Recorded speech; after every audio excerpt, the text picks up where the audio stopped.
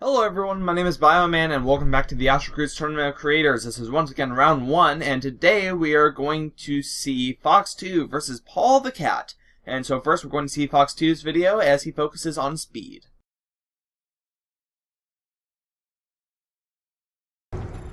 What's going on, gamers? It's Phoxxtwo and welcome to the first round of the Yeousch Recruits Tournament of Creators. I am incredibly excited to be a part of this tournament.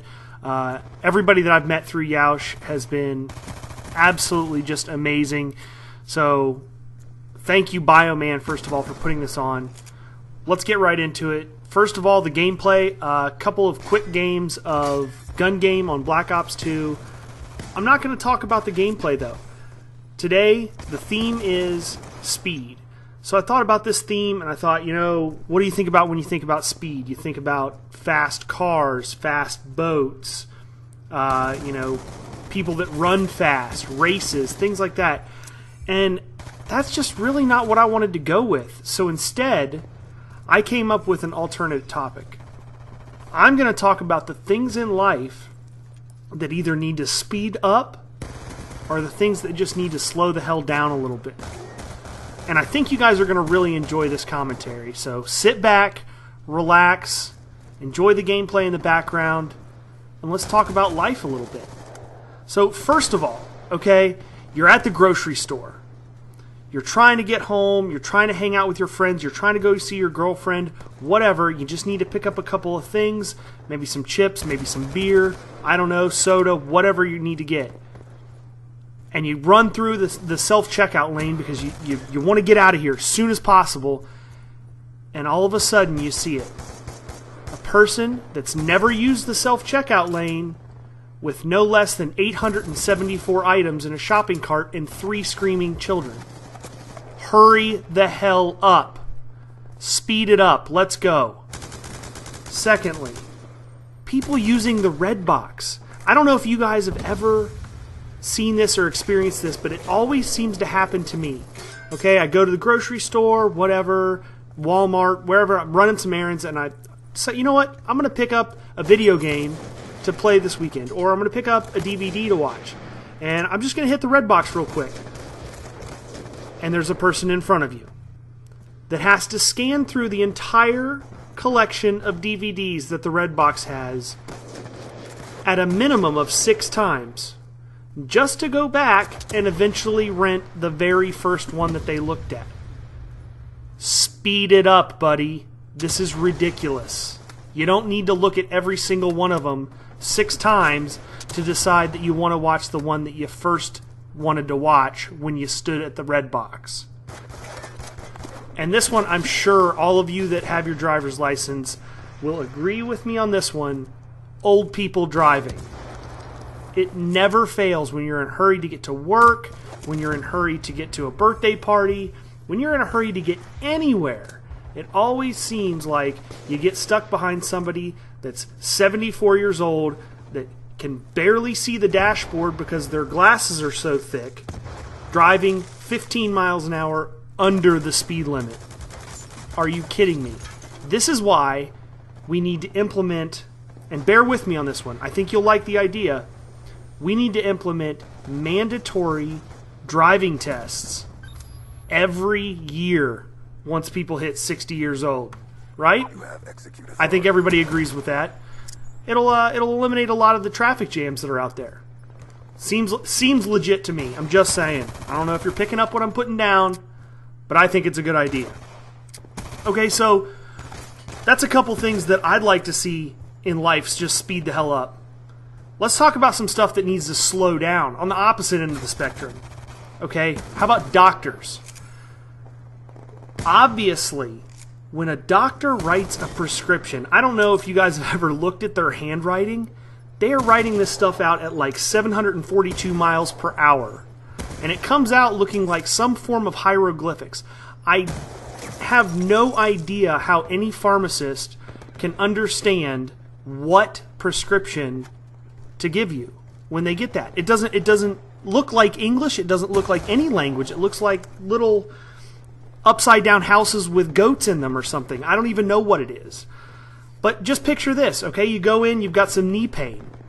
Doctor checks it out, nothing major. He's going to give you some pain medicine. He zips right through that prescription. You take it to the pharmacist.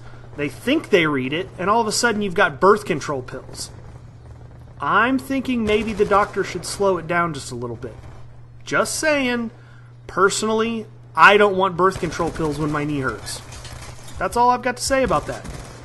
Nextly, that's not even a word. Secondly, people that talk too fast, which is what I was just doing. There's no reason to get so excited and, oh my gosh, I can't wait to tell you guys this and blah, blah, blah, blah, blah. Slow it down. There's no point in even talking if you can't communicate your thoughts properly to the person that you're trying to communicate with. Food for thought.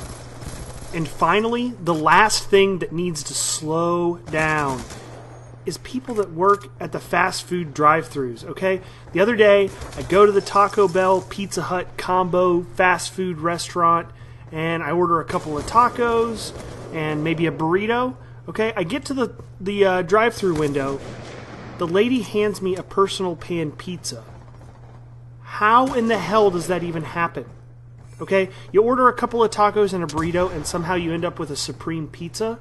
Somebody inside there needs to just slow it down a little bit and maybe, I don't know, read the monitor as far as what the person actually ordered. Drives me absolutely insane. Anyway, guys, the video's coming to an end. If you liked it, which I hope you really did, jump over to the Yeousch forums and vote for me so I can make another video for you in round 2. Everybody wants to see me in round 2, right? So go vote. Thanks for watching, guys.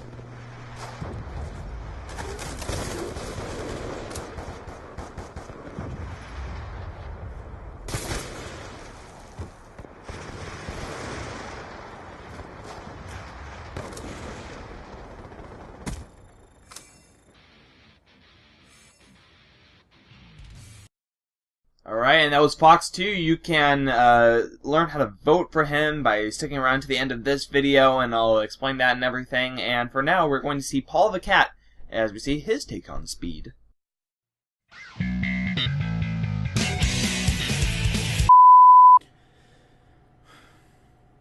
I can't do it. I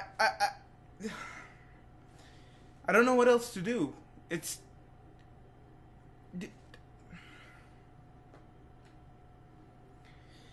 too difficult. But I have to try. God damn it. Well, people, I must be brutally honest with you. Speed is not something I was entirely prepared for, but I'll take a whack at it.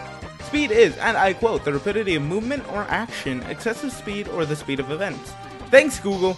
Speed by this same term has always been a part of video games ever since the NES days. Games always threw you into a new world and expected you to stay engulfed in it for a long time to come. Most of the time, games were memorable by its pacing. No matter what happened, the pacing or speed of a game kept it constant and flowing smoothly, making it easier for the player to stay engulfed within the world they've jumped into. The overall pacing of any game you're playing affects your general fondness to the game, I find. Most games have some type of introduction when pulling you into a game to try and immerse you within its steps so you can better understand and enjoy the story and concepts.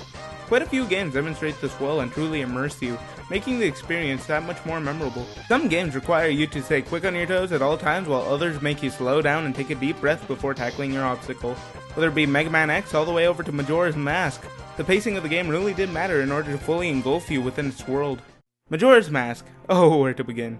Being a sequel to Ocarina of Time, it's undoubtedly one of my favorite all-time games with one of the best mechanics I have ever seen. Majora's Mask pacing was very precise, and while the beginning of the game might be a bit slow, it does pick up later on in the game. Starting off in a forest, presumably the Lost Woods from Ocarina of Time, you had just gotten your ocarina stolen from you by Skull Kid, and it's time for you to get it back. After a successful encounter with Skull Kid, you meet up with a happy mask salesman who informs you that you have 3 days to get his mask back from the Skull Kid who so rudely stole it from him. Upon leaving the clock tower, you see the nifty little timer at the bottom ticking away at your time. The clock turns into your best friend later on as it helps you with many of the timed events. Majora's Mask had a very unique time system as everything coincided with each other. People and events alike change while the clock ticks away each day, forcing you to get good with the time, which gets relevantly simple once you learn the tricks with the Song of Time. The timed events in Majora's Mask never come off as hard or frustrating. Generally speaking, the time system in Majora's Mask was implemented very well as being able to travel back in time, which emptied your items and rupees but allowed you to keep all the masks you have already collected before you traveled back in time. This also added to the game's dark atmosphere.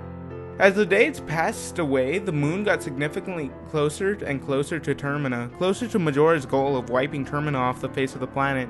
This really gave players the sense of impending doom and purpose, as it really was them fighting for the good of Termina and all the people and creatures who inhabit it.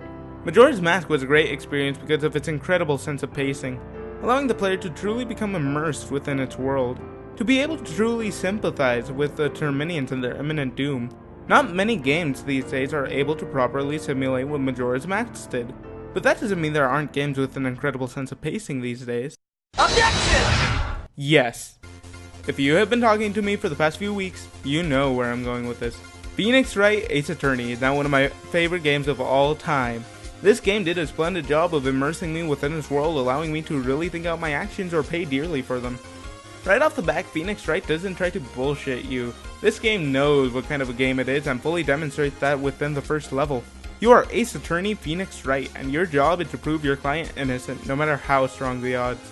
This seems easier said than done, however, as the game constantly tries to confuse you and make you think. The game has a very slow pace to it, and it's welcomed dearly as you need all the time you can get.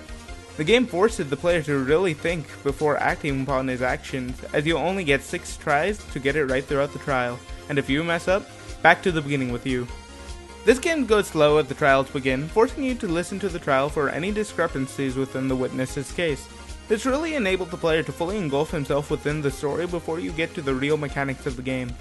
Once the first discrepancy is found, the game really starts to pick up pace. It forces a web of discrepancies to unravel, signaling an end to the case and a feeling of euphoria when it's all over. The music in Phoenix Wright really helps set the pacing. While going through the game, the musical score will change depending on the progress of the court case, changing from slow yet interesting to fast and entertaining. The game's musical score really helps set the mood for being an attorney at law. In total, a game's pacing really does help determine how the game is not only played out, but also how the overall game feel plays. Good games have an unbelievably great sense of pacing and really helps immerse the player into their world. So the next time you're playing a game, don't be surprised if you find yourself immersed through the game's pacing. Alright, and that was PaulTheCat. And now if you want to vote for either of these people, the link is in the description. You just need to make a Yeousch.com community account. You just click on the name of the person that you want to vote for and hit submit. You can also leave a name down in the down in the replies section, or you can leave a reason for why you chose them, and it'll help both of them to improve their content and everything. So that's good. And just remember, that doesn't count as your vote. Your vote is in the actual poll that's above the replies section. And stay tuned for next time. I forgot to say this last time, but stay tuned for next time as we see Agent Zero versus Sponge Monkey Junkie. So yeah, thank you all very much for watching. My name is Bioman, and I will see you all next time.